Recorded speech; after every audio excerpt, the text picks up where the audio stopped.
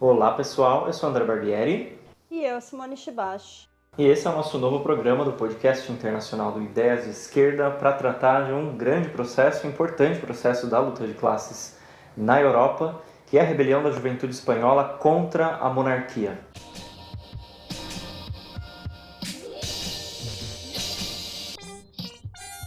E o nosso programa se dedica hoje ao Estado espanhol, que se encontra em meio à maior onda de manifestações da juventude desde o início da pandemia, uma das mais importantes, talvez desde as manifestações de 2011.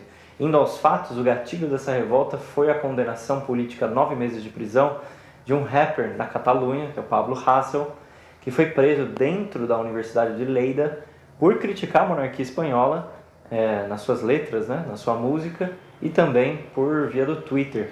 Ele já é o 9º condenado sob a justificativa oficial de enaltecimento do terrorismo e injúrias à coroa. Imaginem, em pleno século XXI, a pessoa é presa porque ela está insultando a monarquia.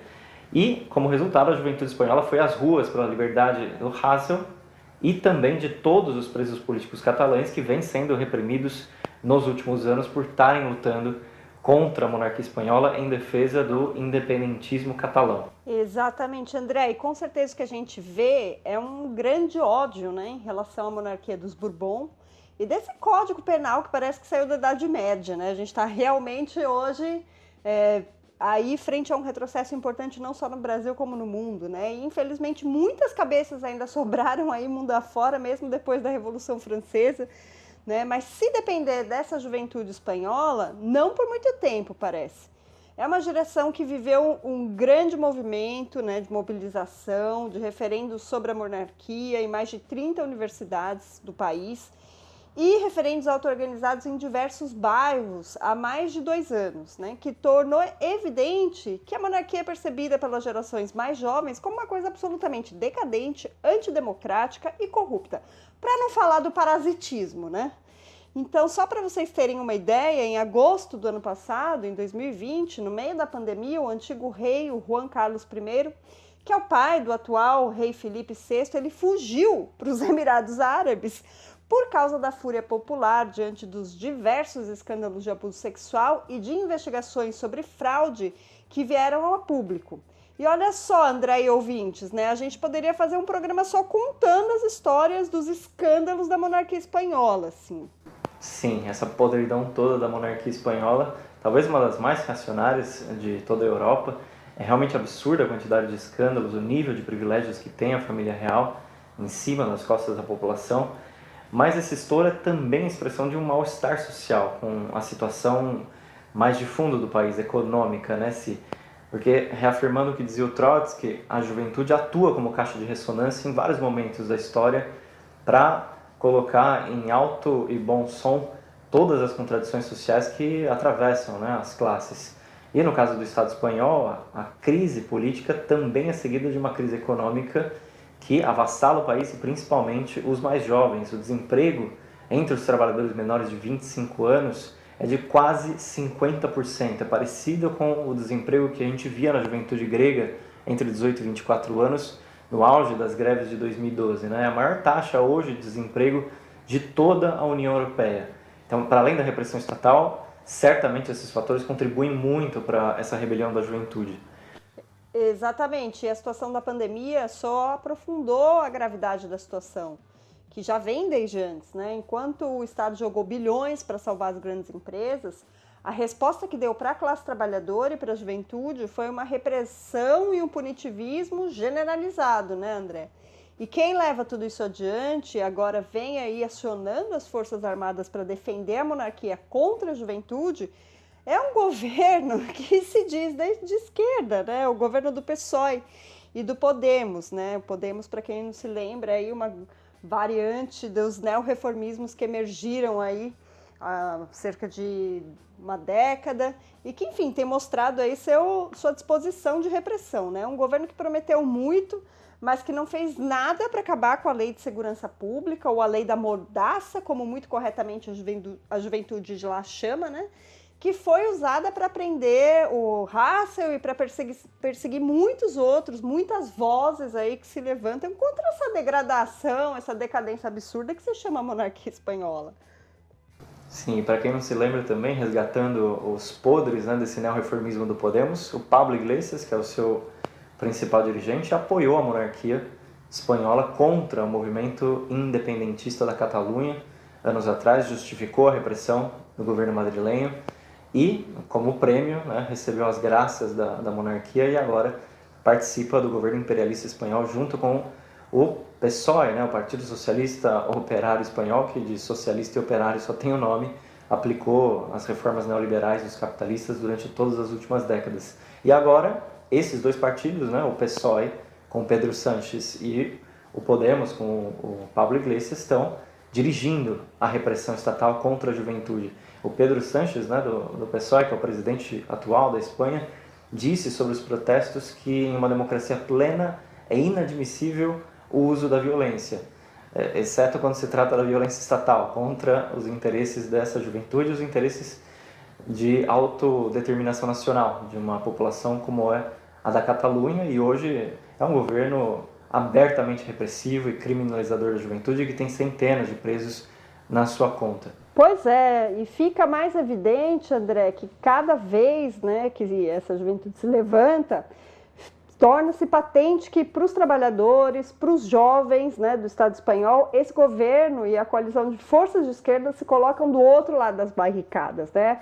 Essas forças de esquerda repressoras aí que estão defendendo nada menos que a monarquia, gente. É cada coisa que a gente se depara hoje em dia, né, por vindo aí dessa pretensa esquerda impressionante. Os stalinistas também do Partido Comunista Espanhol, inclusive, eles mandaram uma mensagem de apoio às forças policiais através do secretário-geral, que é porta-voz do bloco no Congresso, né? O que é um absurdo, porque ele se colocou abertamente contra o movimento de massas e em defesa da monarquia, né? Ainda que isso não seja nenhuma novidade vinda dessa tradição, né? O embelezamento e a vontade de estar junto com a polícia por parte dos stalinistas é uma coisa irrefreável, né?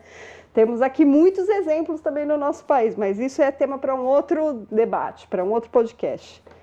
Você mencionou o stalinismo, e aqui aproveitando o nosso podcast, eu vou convidar todo mundo para acessar o nosso novo curso do campus virtual, né, do Esquerda Diário, sobre a obra do Trotsky, publicada em 1928, Stalin, o grande organizador de derrotas. São 4 aulas que estão sendo dadas pelo Edson e também por mim, que tratam também da forma como o stalinismo atuou nas décadas de 20, na década de 30, posteriormente como o grande coveiro das revoluções internacionais e um grande auxiliar, né, da manutenção de poderes como as monarquias que ainda hoje subsistem na Europa. Exatamente, André, eu reforço muito esse convite. Em primeiro lugar, parabenizo você e o Edson, porque assim, tá muito bom esse curso, tá babado, os ouvintes não podem perder, tá muito, muito bom. Porque se trata aí de uma obra essencial, né, para conhecer os grandes debates de estratégia que permearam a União Soviética e a luta de classe internacional depois da morte do Lenin. E que, ao contrário aí do que muitas vezes, né, de uma forma muito interessada se difunde, principalmente nas redes sociais, de que esses são debates do passado, que não tem nada de importante para a gente aprender hoje, é todo o oposto, porque os dilemas que tiveram colocados naquele momento são reatualizados cada vez mais. Então, são lições indispensáveis para pensar a estratégia revolucionária hoje. Sim, e quem se perguntar onde está o stalinismo hoje na Espanha, pode ter certeza que os stalinistas agora estão apoiando a repressão do governo socialista, entre aspas, do PSOE e do Podemos. Agora, voltando ao que você falou, se o descontentamento contra o PSOE, Podemos, as outras forças ditas de esquerda, entre aspas, no governo, é também por não terem cumprido outras promessas que seriam fundamentais, né? Uma delas era revogar a reforma trabalhista, que é responsável por uma enorme precarização do trabalho, além de que, mesmo com a pandemia, seguem permitindo que aconteçam despejos, desalojamentos, a remoção do direito à moradia a milhares de familiares da classe trabalhadora, famílias pobres, que envolve toda essa juventude que hoje está nas ruas.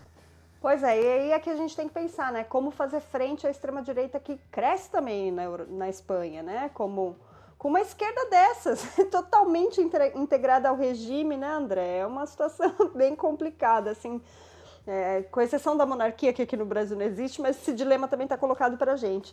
E desse jeito, quem capitaliza politicamente o sofrimento dos setores afetados pela crise são os reacionários nacionalistas, né? Os anti-imigrantes, esses que aí, como os membros do Partido Vox, que vêm levantando demagogicamente o discurso contra o establishment, mas que terminam dando uma saída totalmente pela direita, uma saída reacionária, né? E que tem espaço crescente, mesmo assim, já que não se apresenta uma contraproposta radical pela esquerda, que lute efetivamente contra o regime, pelo fim da monarquia.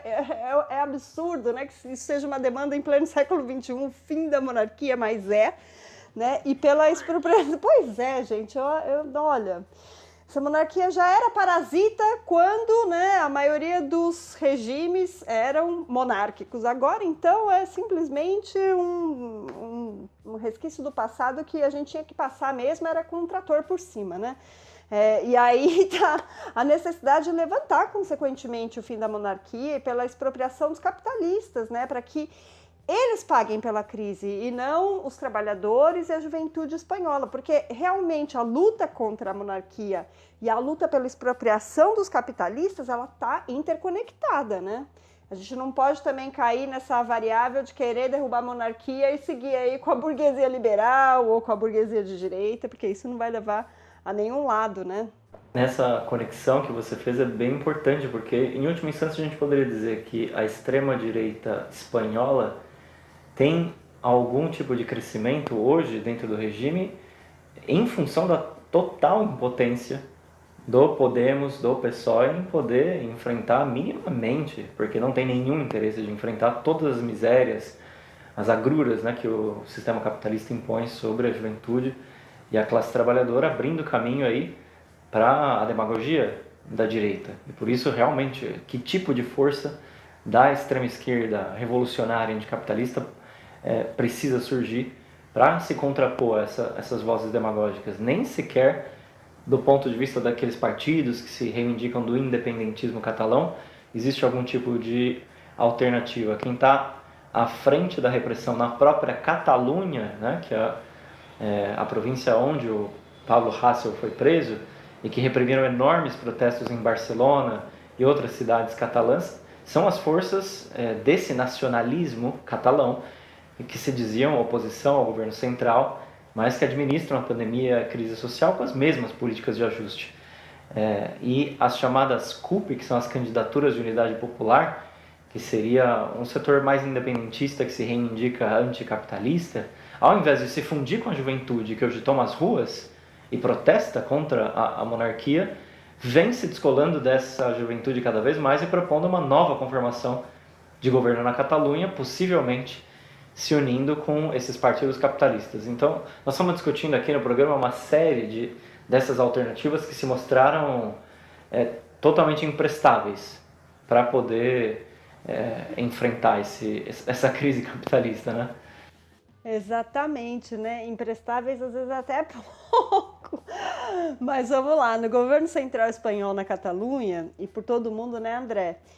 Se procura aí utilizar a pandemia para fortalecer uma ideia de unidade nacional que justificasse a retirada de liberdades democráticas, né? A aplicação de medidas de exceção e mais ajustes contra a classe trabalhadora e povo pobre. E as burocracias que estão nos postos dirigentes das grandes centrais sindicais, com a presença muito grande dessas forças políticas tão imprestáveis que a gente estava citando aqui, elas compraram essa ideia, né, e elas se negam a desenvolver qualquer mobilização, elas atuam como um freio realmente, como em vários outros processos que a gente já vem debatendo aqui no podcast. Mas essa juventude na linha de frente das mobilizações atuais pode dar um grande exemplo para a classe trabalhadora espanhola, né, para que não se aceite pagar pela crise com a cabeça baixa e para que efetivamente os trabalhadores avancem na sua auto-organização para lutar de forma independente, superando essa esquerda reformista e a burocracia sindical, que vão fazer de tudo para que elas não rompam a passividade, né? E a gente tem um exemplo recente dos estudantes da Universidade Autônoma de Madrid, que anos atrás se mobilizaram a partir de 2018, também contra a monarquia e que geraram uma grande politização no país em setores da classe trabalhadora que começaram a apoiar as mobilizações da juventude.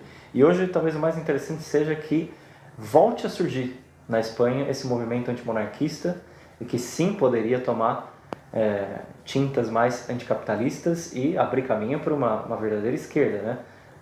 A esquerda no movimento operário deveria assumir um papel protagonista nessa revolta, denunciando junto com a juventude, né? Os trabalhadores e estudantes têm uma longa história de luta comum na Europa, a gente nem precisa falar aqui do Maio de 68, todo esse grande legado de unidade operária estudantil, denunciando, exigindo que a burocracia dos grandes sindicatos coloque agora de pé um movimento contra os ataques à liberdade de expressão e os direitos democráticos no Estado espanhol, mas também abrindo caminho para lutar contra a reforma trabalhista, a reforma da Previdência, conjunto dos ataques econômicos dos capitalistas. Na nossa época, cada vez mais a batalha pelas demandas democráticas da população estão estritamente vinculadas com a batalha contra os ataques econômicos capitalistas. São dois combates que devem caminhar juntos, né? E é importante colocar também que nesse caso, nós estamos falando do Pablo Hasél, né, desse rapper, apesar das nossas diferenças estratégicas enormes com esse músico, né, que reivindica a repugnante tradição stalinista, faz todo tipo de calúnias contra os trotskistas. Para nós é uma questão de princípio, fundamental defender todos aqueles que são alvos da violência e da repressão do Estado capitalista, né, das suas forças repressivas, policiais e militares, porque se trata de um ataque que vai voltar e vai atingir todos os setores populares e da classe trabalhadora. O Estado burguês se exercita militarmente para atacar os trabalhadores nos momentos de grandes ascensos, né, de combates, de revolução e contra-revolução. E nós, os trotskistas, nós estamos nos somando às manifestações na Espanha, ao lado de milhares de jovens pela liberdade do Pablo Hasél, e enquanto aqueles que reivindicam a tradição stalinista, como a gente mencionou aqui, o Partido Comunista Espanhol, estão no governo criminalizando essa juventude mobilizada. Aí você vê as grandes diferenças de princípio entre essas tradições distintas, né? O trotskismo representando o legado do marxismo revolucionário e o stalinismo, a contra-revolução absoluta a esse legado marxista. Exatamente, André, tem uma coisa que é certa e que a realidade na Espanha mostra, né, e que é compartilhada por nós, é justamente a necessidade de construir uma esquerda de outro tipo, né?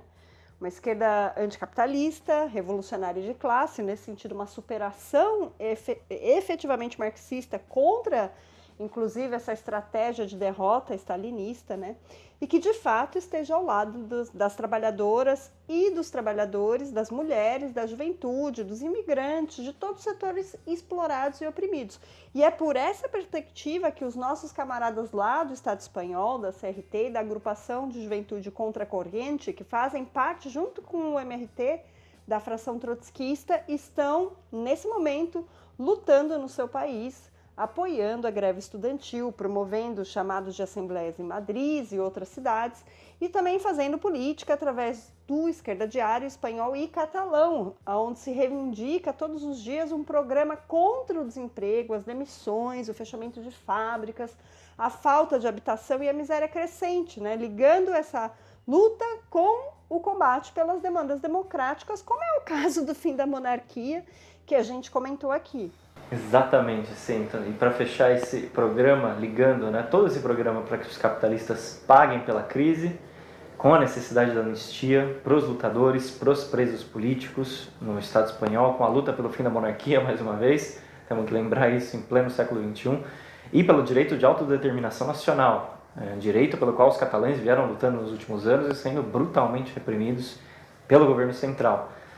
Esse é o caminho, né, para a gente unificar as fileiras operárias com os setores mais empobrecidos da população, contra a divisão que colocam os governos capitalistas, seja os de direita, como a gente viu, o Partido Progressista na Espanha, ou aqueles que se dizem, aí sim, os progressistas de esquerda, como são o PSOE, como o Podemos, que estão junto com a burocracia sindical para defender o status quo e toda essa violência estatal dos capitalistas. Nós vamos continuar seguindo aqui essa mobilização da juventude, especialmente se ela se liga, né, com as mobilizações da classe trabalhadora, e fechando aqui esse programa nosso do Ideias de Esquerda, lançando essa solidariedade internacionalista para toda a juventude que luta contra a monarquia na Europa, especialmente no Estado espanhol, e defende os direitos democráticos da população catalã.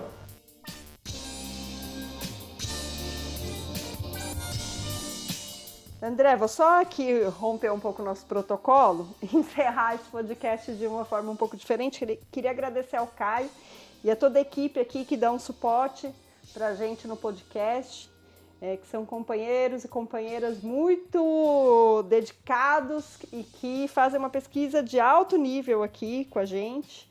Queria agradecer, então, dessa vez aqui, a pesquisa que o Caio fez para a gente poder ter esse podcast. E lembrando aí que se você, nosso ouvinte, quer saber o que está acontecendo, no que existe de mais importante da luta de classe internacional, que a grande imprensa não trata, ouça o nosso podcast, compartilhe, divulga, porque aqui a gente traz. Perfeito, sim. Então, essa é a nossa mensagem final aqui para terminar o programa. Até a próxima, pessoal!